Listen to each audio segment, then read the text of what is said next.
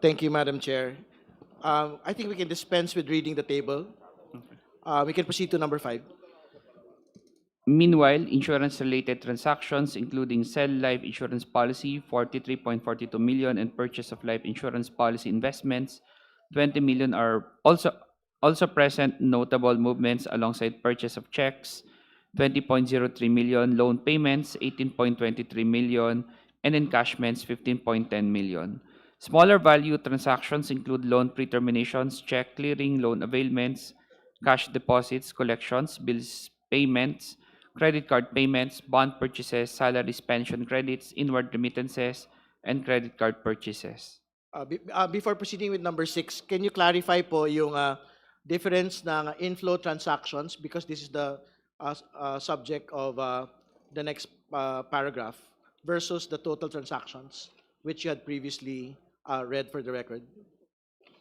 What is the distinction between inflow transactions and the total amount of transactions? Honorable Redon, if I may interrupt, the table is ready to be flashed. Would Sige you- po.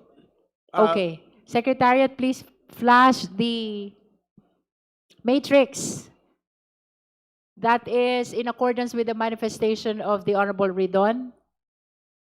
Cash or bank deposit as declared in the SALN vis-a-vis transaction in the AMLC report vis-a-vis the total net worth likewise in the SALN.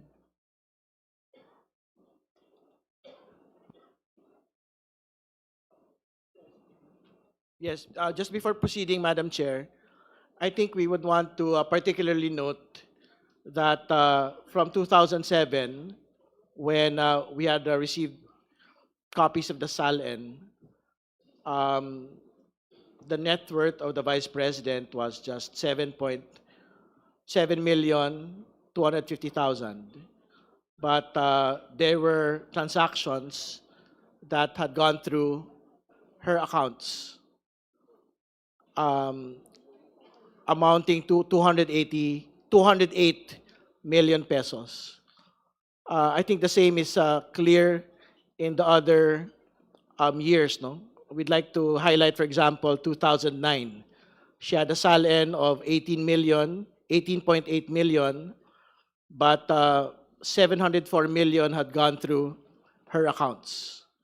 We'd like to state for the record as well, 2010, net worth of 16.2 million, but the transactions going into her accounts was 648 million. For 2011, 14.2 million, but transactions going into her accounts were 597 million. For 2012, net worth is 22.1 million, but going into her accounts in 2012 was 407 million.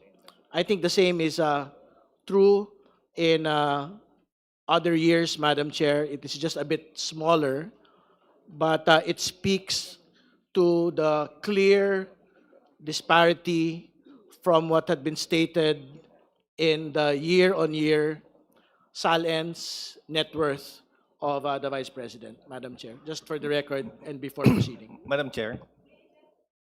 For the most trusted source of news and information, visit our website at www.bomboradio.com. Follow us on Bombo Radio mobile app, Facebook, YouTube, TikTok, and X, formerly Twitter.